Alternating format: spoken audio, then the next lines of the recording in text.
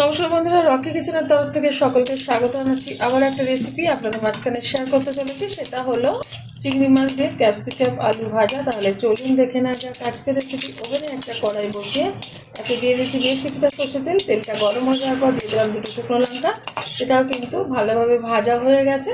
এখন দিয়ে দেবো এর মধ্যে কিছুটা চিংড়ি মাছ,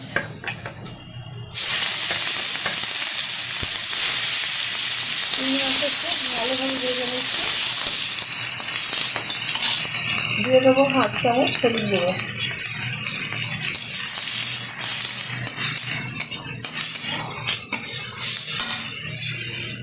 দিয়ে দিচ্ছি কুচিয়ে রাখা ক্যাপসিকাম আর আলু, ভালো করে দিয়ে পরিষ্কার করে নিয়েছি।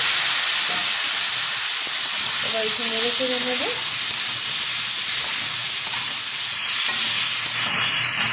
দিয়ে দিচ্ছি পরিমাণ মতো লবণ।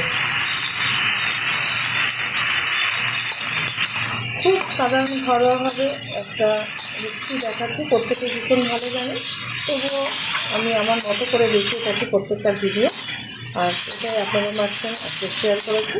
আমার এই রেসিপিটি আপনাদের ভালো লেগে থাকে আপনারা অবশ্যই আমার চ্যানেলটিকে সাবস্ক্রাইব করবেন, লাইক করবেন, শেয়ার করবেন। আর এরকমভাবে একবার ক্যাপসিকাম আলু চিংড়ি মাছ ভেজে খেয়ে দেখবেন। আশা করি রুটি পরোটা ভাতের সাথে ভীষণ ভালো লাগবে। অনেকে রুটি বা পরোটার সাথে এসব খেয়ে থাকে, তো ভাতের সাথে তো ম্যাক্সিমাম রুটি খায়।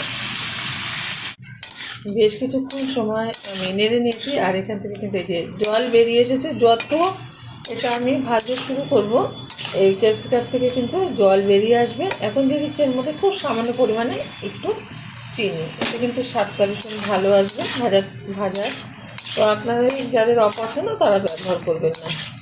ঢাকনা ছাড়াই এটা ভেজে নেব। ঢেকে রান্না করলে কিন্তু এটা ঘেটে যাবে, তো ঢাকনা ছাড়াই হাই আছে আমি রান্না করছি। ভাজাটা কিন্তু খুব সুন্দরভাবে হয়ে গেছে। এই যে এখন ওভেনটা বন্ধ করে নামিয়ে নেব, ঢেলে দেবো একটা পাত্রে, আর গরম গরম ভাতের সাথে এটা সার্ভ করব। দেখা হবে পরের ভিডিওতে নতুন কোনো রেসিপি নিয়ে। ধন্যবাদ।